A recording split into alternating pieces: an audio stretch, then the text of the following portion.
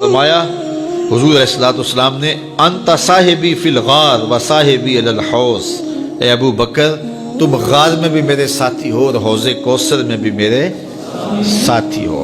اور آقا کریم علیہ السلام نے یہ بھی ارشاد فرمایا سب سے زیادہ جس نے میرے اوپر احسانات کیے ہیں وہ ابو بکر ہے۔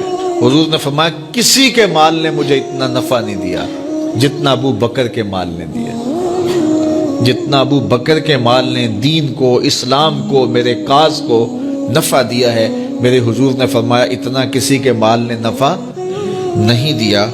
اللہ اکبر۔ فبکا ابو بکر، تو جب یہ بات حضور نے کہی تو ابو بکر رونے لگے۔ وقال ما انا ومالی الا لکا، حضور میں بھی آپ کا ہوں، مال بھی آپ کا ہے۔ اللہ اکبر۔ حضرت ابو بکر صدیق رضی اللہ تعالی عنہ نے حضور علیہ السلام کے ساتھ جو محبتوں کا ذکر کیا، اور پھر آقا کریم علیہ السلام نے ان کا جو اختصاص فرمایا۔ ایک خاتون آئی اور اس نے حضور سے کوئی مسئلہ پوچھا تو آقا کریم نے فرمایا پھر آ جانا۔ تو اس نے کہا اگر میں پھر آؤں اور آپ نہ ملیں، اس کا مطلب یہ تھا کہ آپ اس دنیا سے کوچ کر گئے ہوں، تو فرمایا میں نہیں ملوں گا، ابو بکر تو ملے گا نا۔ تو علماء نے کہا یہ خلافت کی طرف اشارہ ہے۔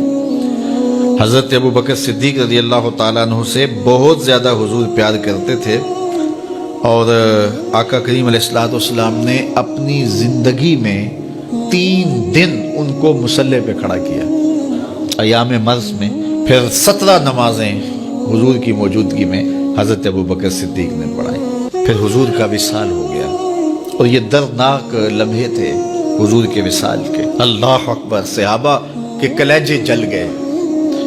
حضرت عمر نے ہاتھ میں تلوار پکڑی اور ایسے کھڑے ہو گئے اور ایسے لہراتے تھے تلوار، اور کہتے تھے خبردار کسی نے کہا حضور کا انتقال ہو گیا میں گردن اتار دوں گا۔ کوئی وصال نہیں ہوا حضور کا، حضور تھوڑی دیر بعد اپنی حالت میں آ جائیں گے، یہ سکتے کی کیفیت ہے۔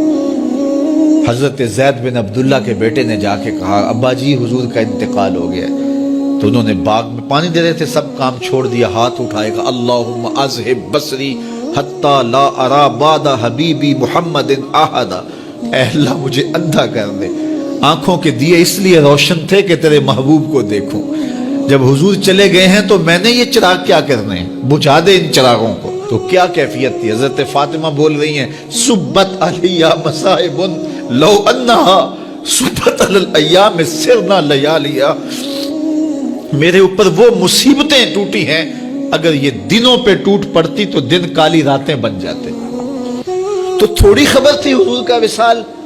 اچھا جب یہ کیفیت تھی صحابہ کی اس نازک موقع پہ، چونکہ منافق اندر ہی ہوتے ہیں، تو منافقوں نے ایک کھیل کھیلا، وہ صحابہ میں پھیل گئے اور کہنے لگے واہ واہ حضور کے دم سے رونقیں تھیں، مسجدیں آباد تھیں، سجدے تھے، قرآن کی تلاوت تھی، اب کس نے نماز پڑھنی ہے میاں، اب کس نے روزہ رکھنا ہے، اب کس نے زکوٰۃ دینی ہے، اب کس نے حج کرنا ہے، ختم کہانی ختم کہانی، یہ بات کرنی شروع کر دی۔ اب یہ بڑی نازک صورتحال، تو کیا حضرت ابو بکر کا کلیجہ نہیں جل رہا تھا؟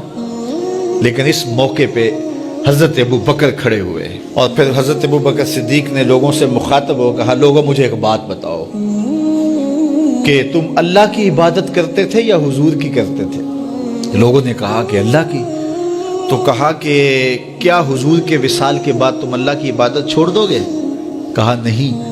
کہا مجھے بتاؤ جس دین کو سر بلند کرنے کے لیے حضور نے اپنی ساری زندگی لگا دی، تو کیا حضور کے چلے جانے کے بعد اس مشن کو چھوڑ دو گے؟ لوگوں نے کہا نہیں۔ تو کہا پھر اٹھو اور نبی کے دین کا پرچم تام لو۔ حضور کا وصال ہو گیا ہے، اب حضور کے مشن کو ہم نے اٹھانا ہے اور اپنے کندھوں پہ وہ بوجھ لینا ہے۔ تو کیا جس کے لیے حضور نے اپنی جان تک دے دی، تو کیا ہم وہ مشن چھوڑ دیں گے؟ صحابہ کے اندر ہمت پیدا ہوئی، کہا کیوں چھوڑیں گے، ہم تو اٹھیں گے اور پہاڑوں سے بھی ٹکرا جائیں گے۔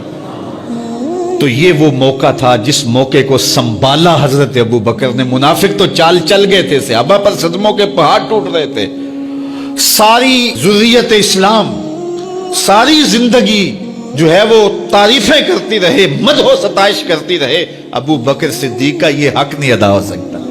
یہ احسان کیا ہے امت کے اوپر حضرت ابو بکر صدیق نے۔